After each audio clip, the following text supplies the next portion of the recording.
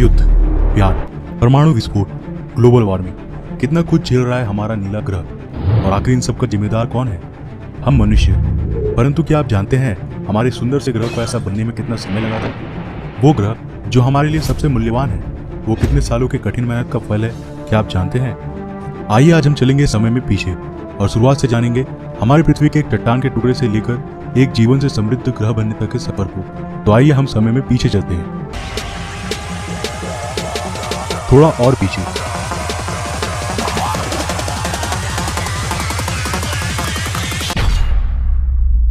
आज से करीब 4.6 अरब साल पहले हमारा सौरमंडल और एक नया जन्मा तारा, जिसके चारों ओर धूल और चट्टान चक्कर काट रहे हैं। यहाँ हमारी पृथ्वी का नामो निशान तक नहीं है।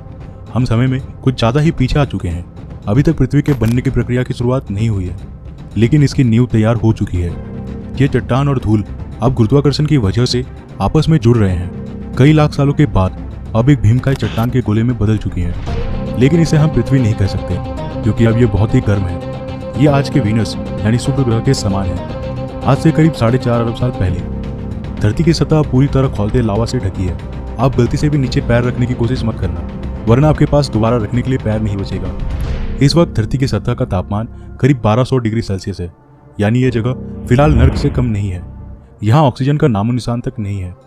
धरती पर लगातार एस्टेरॉइड्स की बरसात हो रही है, जो सतह पर कई किलोमीटर लंबे खौलते लावा की नदियों का निर्माण कर रहे हैं। और ये एस्टेरॉइड्स कहीं दूर के नहीं, बल्कि धरती की पड़ोसी हैं, जो लगातार उससे टकरा रही हैं। ऊपर देखिए, यह है एक नया नवेला ग्रह थिया, जो तेजी से हमारी ओर यानी धरती की ओर बढ़ रही है, करीब 15 किलोमीटर प्रति सेकंड की रफ्तार से, यानी एक गोली की रफ्तार से 20 गुना ज्यादा तेज। हमें इसका स्वागत करना है, क्योंकि इसी की वजह से हमारे खूबसूरत चांद की रचना होगी। अब हमारी धरती चारों तरफ से अनगिनत चट्टानों के टुकड़े से घिर चुकी है।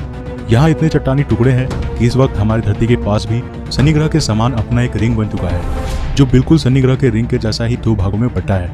पहला रिंग आज के धरती और चांद के बीच में है, और दूसरा चांद के पीछे। इस रिंग से एस्टेरॉइड्स लगातार धरती पर बरस रहे हैं, लेकिन एस्टेरॉइड्स की असल बारिश अभी भी शुरू नहीं हुई है। अब ये रिंग धीरे धीरे ग्रेविटी की वजह से एक 3000 किलोमीटर चौड़े गोलीय पिंड में बदल जाएंगी।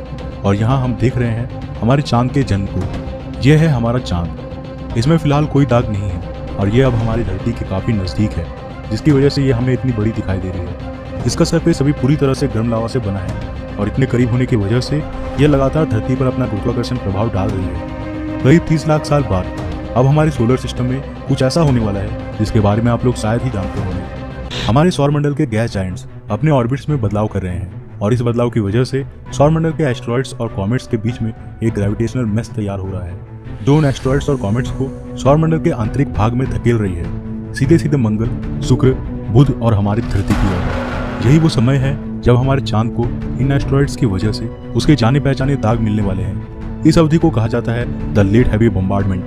बाय द वे, इस समय हमारा चांद भी बहुत ही गर्म था। यह आसमान में एक बड़े लैंटर्न की तरह चमकता था, और यह धरती के इतने करीब था कि इसका गुरुत्वाकर्षण हमारी धरती को आज की तुलना में 25 गुना ज्यादा प्रभावित कर रहा था। हमारी धरती पर एक दिन 24 घंटों का नहीं, बल्कि केवल 6 घंटों का होता था, और इसके कारण धरती के लावा के नदियों में लहरें आज के समुद्रीय लहरों से 20 गुना ऊपर तक उठती थी। लेकिन भला हो हमारे चांद का, जो धीरे धीरे समय के साथ साथ हमारी धरती से दूर चला जाएगा, और इससे धरती की घूर्णन धीमी होने लगेंगी और लावा की नदियां ठंडी होने लगेंगी, जिससे धरती के सतह का निर्माण होगा। इस वक्त आसमान में ये भीमकाय चमकीला चांद ही एकमात्र चीज नहीं है जो आपका ध्यान आकर्षित करेगा, बल्कि अब आपको 2 बहुत ही चमकीले तारे भी आसमान में देखने को मिलेंगे। लेकिन वे दोनों असल में तारे नहीं हैं, ये दोनों असल में ग्रह हैं, जुपिटर और सैटर्न। सौरमंडल के आंतरिक ग्रह जैसे कि हमारी धरती, वीनस, मरकरी, मार्स, ये सब रॉकी प्लैनेट्स हैं, और ये ज़्यादा समय तक पिघले हुए लावा के रूप में नहीं रह सकते थे। लेकिन वहीं जुपिटर और सैटर्न असल में गैस जायंट्स हैं, जो कि आसानी से लंबे समय तक गर्म रह सकती है। धरती के जन्म के इस समय काल में जुपिटर का टेम्परेचर 5000 डिग्री सेल्सियस और सैटर्न का 3000 डिग्री सेल्सियस था।